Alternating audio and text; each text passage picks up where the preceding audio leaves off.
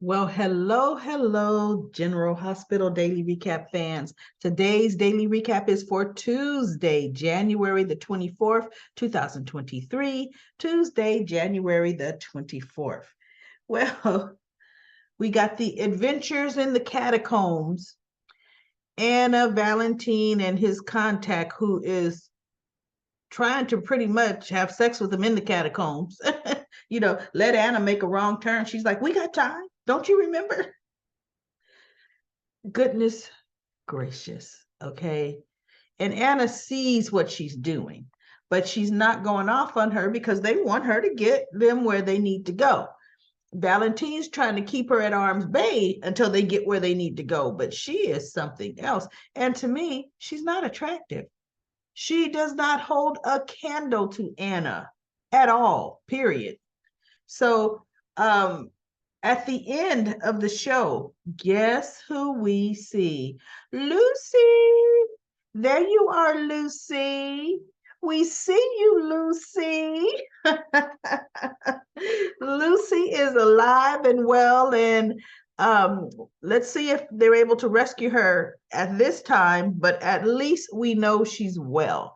I do believe we're going to have some misadventures if the chick did tip Victor off, as to what they were going to be doing. But we'll see. We'll see how they're going to play that out. I hope they don't play it out too long because realistically, everybody, Lucy's been gone a long time now. It's time to bring that chick home. It really is. I am surprised that they did not lose deception. I am really, really surprised. Maxie has been keeping deception afloat all of this time. And thank goodness, right? So that's what was happening with Lucy. We finally got to see Lucy. And then we had other conversations. We had Laura talking to Liz. Liz let her know that her mother was in town and, just bad baggage, bad memories, and yada, yada, yada. I fast forwarded through the majority of that conversation. And we had conversations with Nicholas. Nicholas is a royal piece of work.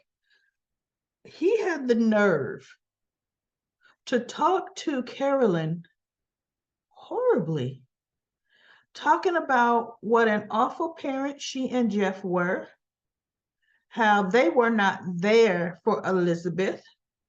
And he named all Elizabeth's milestones that he was there for, and they were just lacking. They couldn't show up for her. See, Carolyn doesn't know enough of Nicholas's history because she should have said, oh, okay. Like you didn't show up for your son, you let him think you were dead. And oh my goodness, he was much, much younger than Lizzie. We at least raised her till she was 15. You ditched your kid pretending to be dead when he was what, 10, 11? Wow. And how close are you two now? Because last I checked, it goes, how could you choose your cheating husband over your own daughter? It would be, oh, you mean like how could you choose Ava over your own son? And I thought, okay, is this how he thinks he could get somebody to do something for him? Because for one, I wouldn't have even let him get two words out of his mouth. It's, you know what, buddy? I'm peace out because I just saw my daughter, like she said, I just saw Elizabeth at Kelly's. Elizabeth didn't bring anything up. And it would be, you want my help repressing anybody's memories? Then have my daughter ask me. See, because my daughter, at least I know where some of her rudeness and hostility comes from. But you, buddy, you haven't earned that. You don't know me from Adam, and I don't know you. And I don't want to know you. Because I think your whole story is BS anyway. Some young woman. No. Oh, it's better you don't know. No, nope, it's not happening. For all I know, since just talking to you, getting this feeling from me, you could have raped this young woman. And you want me to repress her memory? See, I don't even know my daughter is involved because my daughter never told me nothing. But she initially was going to walk out, but for some reason, we all know she's going to go to Spring Ridge. Watch. And you want to know who's going to see her and who she's going to see? She's going to see Heather Weber there. Carolyn knows who Heather is. Definitely. She knows. So we shall see. We shall see. If this is how they are going to bring her, Carolyn, to Spring Ridge. Yeah. And that would be interesting if Esme ends up being another one of Jeff Weber's infidelity kids, right? And then we had conversation. I fast forwarded Maxie and Sam. I just had no interest there. You know, nothing earth shattering was going to come out of that conversation. So I did not want to waste my time. We had we had Dex came to Sonny and he told Sonny about the hook incidents, how he had to save Josslyn. And, you know, he gave Sonny his gun back. He says, here, I can understand if you don't want me to have this, you know. And so Sonny's like, no, keep it. You know, what I want to know is what took you so long in telling me. He said, because you just found out about Michael Willow and Miss Reeves. You've been there for her. I didn't feel it was time. He goes, now this is the first opportunity I've had to tell you. Right. So Sonny's like, you know what? You better be telling me everything. Everything. He goes, no, it's okay. I mean, you handle the situation with the gun. Yeah, okay. All right. But then you better be telling me everything. Now, we've got Josslyn. I'm telling you, I was so upset with Josslyn. Cameron initially he's hurt and he's upset. And he's like, how dare you? You want me to keep a secret, make me complacent to part of you sleeping with another man, and you want me to be a part of that? No. You know, Sonny, if Sonny finds out that Dex and I are together, Sonny, you know his code. Sonny will have Dex killed, and you don't want to be responsible for that. And he goes, oh, no, no, don't put that on me. No, no. If I want to tell, I'm going to tell. And I was hoping Cameron would stick to that. But the longer he stayed, the more I knew he would end up not, right? And that just pissed me off. Because she goes, no, I know you won't do anything for me. So I won't say do it for me. But remember the younger us. We've known each other. We've been friends forever. Do it for them. He should have looked at her and said, do it for them. Well, those kids have grown up. Oh my God. Those kids grew up into me and you. And look at what you did. No, ain't no do it for them. And what Cameron should have said is, you know what, Josslyn, if anything happens to Dex, that's on you.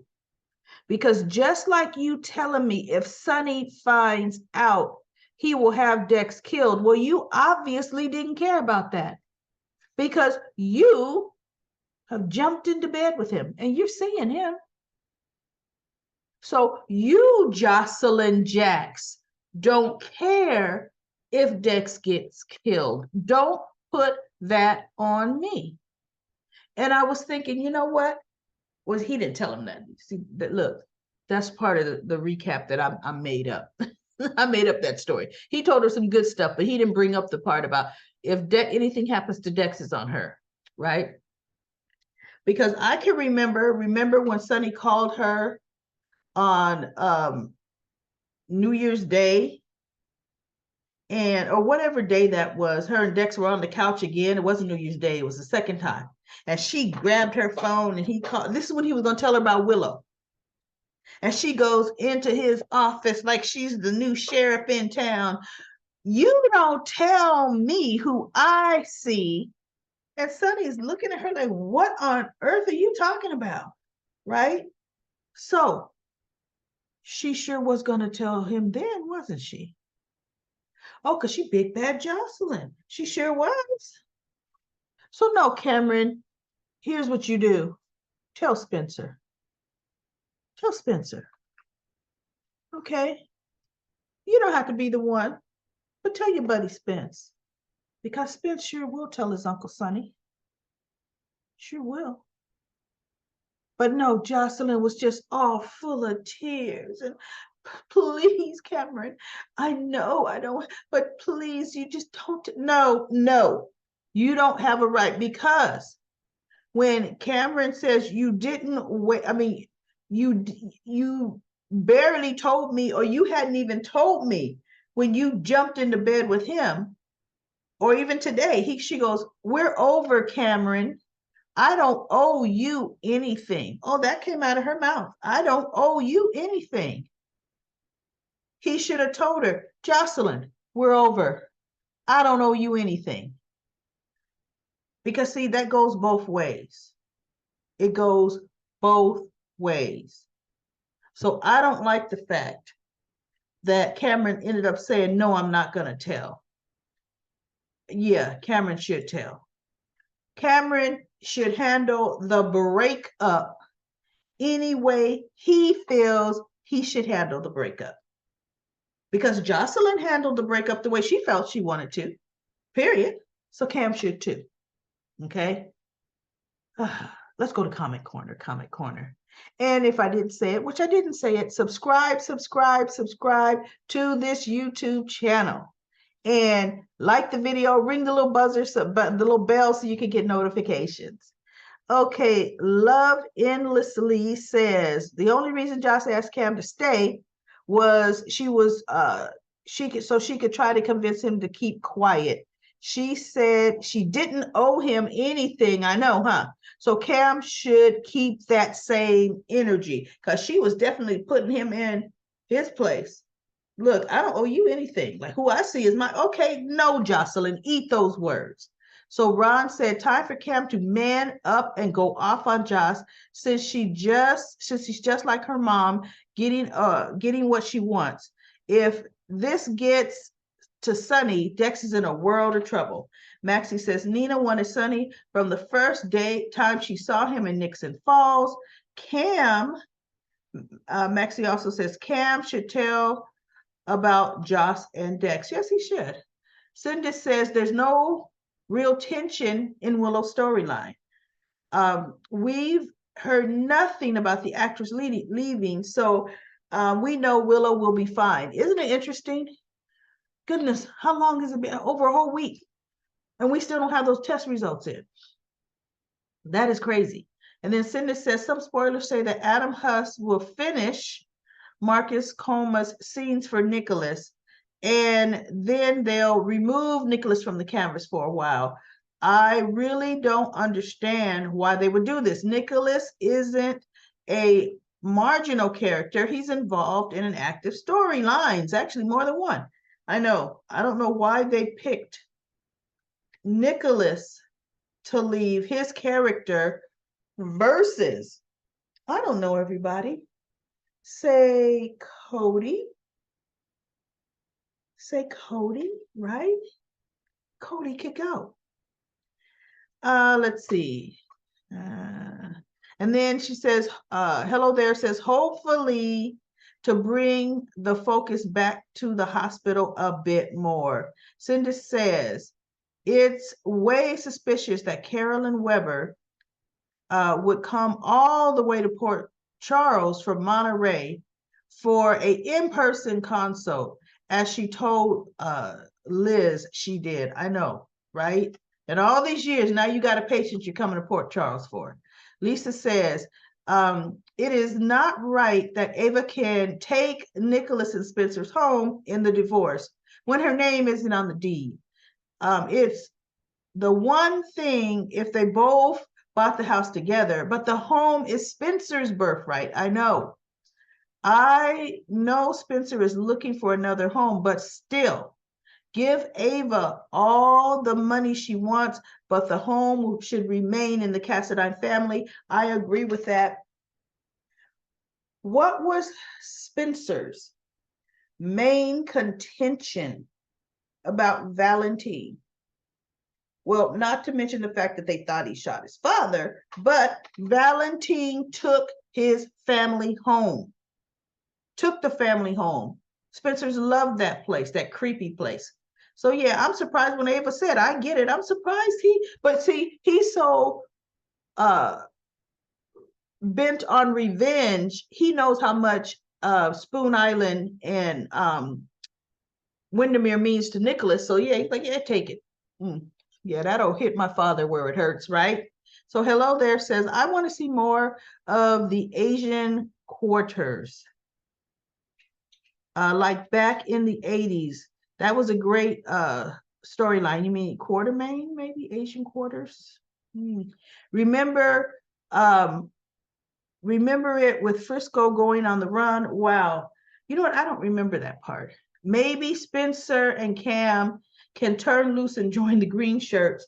But why aren't Anna and Robert more involved with Miss Wu and her storyline?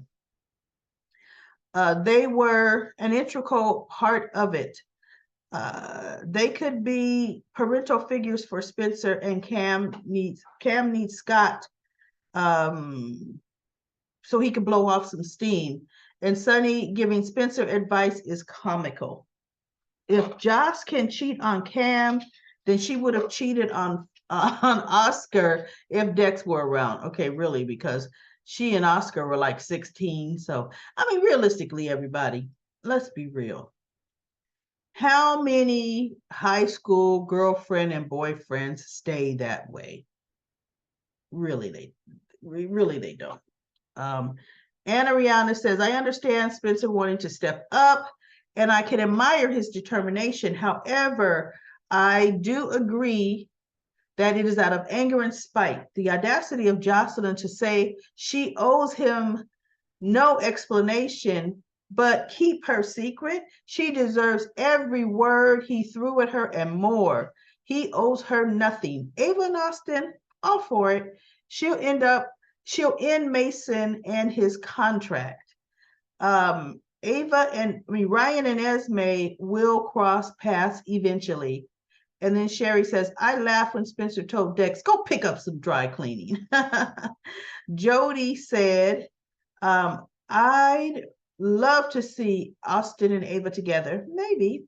Sandy says, I'm sure Cameron is going to tell Trina about Dex and Joss. I wonder what she will say.